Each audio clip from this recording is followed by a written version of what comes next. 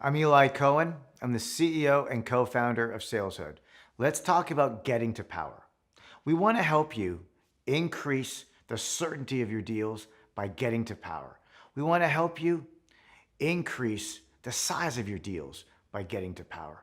We want to help you increase the urgency in your deals by getting to power. We want to help you build better relationships with your customers and your buyers by getting to power. Now, why is getting to power so important? Because folks that have power, like the C-suite, CEOs and CMOs, general managers, vice presidents, they've got big problems to solve. And we can help them solve those problems. We just need to get to them. We need to have conversations with them. We need to ask them questions about their business. We need to show them that we can help them solve their problems. That's what this is all about. Now, regardless of whether you're talking about front of the funnel, middle of the funnel, or back of the funnel, doesn't matter what stage in the sales process, getting to power is equally as hard. If we're talking about prospecting and trying to do cold calling and outreach, it's hard. We got to make sure our messages are targeted. If we're talking about middle of the funnel, we got to make sure that we're connecting the dots and working with our champions to ultimately get to power. And if we're talking about back of the funnel, we want to make sure that we're, looking for warm introductions and really establishing relationship and rapport building, at executives at the right time. I've got some tips that are proven that I've seen the best of the best deploy that I want to share with you and want to help you start using them in your deals to get to power so you can increase urgency, increase certainty, grow deal size, build better relationships. So let me share with you a few of them. Working with champions is a surefire way to get to power.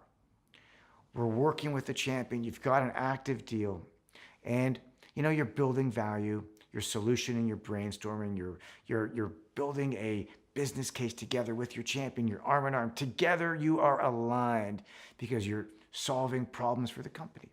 Now, we want to get to power with the champion because we want to validate our assumptions. We want to validate that the way we're thinking of solving the problem and the specific problem that we're solving and the impact of the problem are still top of mind for that executive. Otherwise, we're chasing a deal that ain't going to happen. So we want to work arm in arm with the champion. We want to help them become a hero.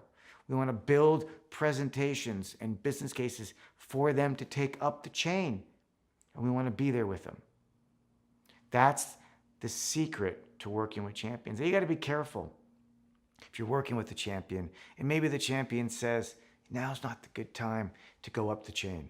Let's wait a few weeks. Hey, either that person isn't your champion or maybe you haven't built enough value and trust. Either way, going around your champion can be suicide in a deal. So do it only if you really, really have to. Working with champions is a great way to increase the urgency, increase the certainty, and get you up the chain faster. They know how to get there.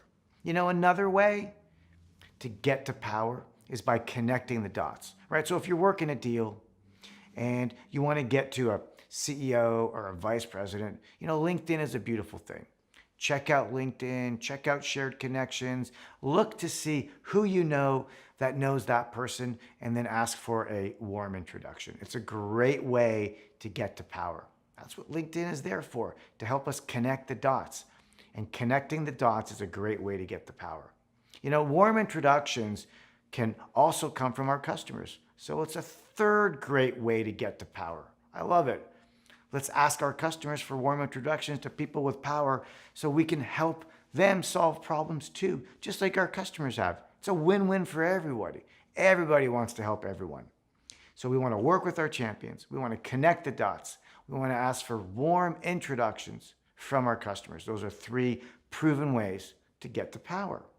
Another way to get to power is all about relationship building. So if you're trying to get to someone, you can use some human skills like sending a thank you card, or you can send them a gift, or you can figure out some of the things, some other hobbies, and start building a relationship with them by being grateful and sending them some tokens of your appreciation.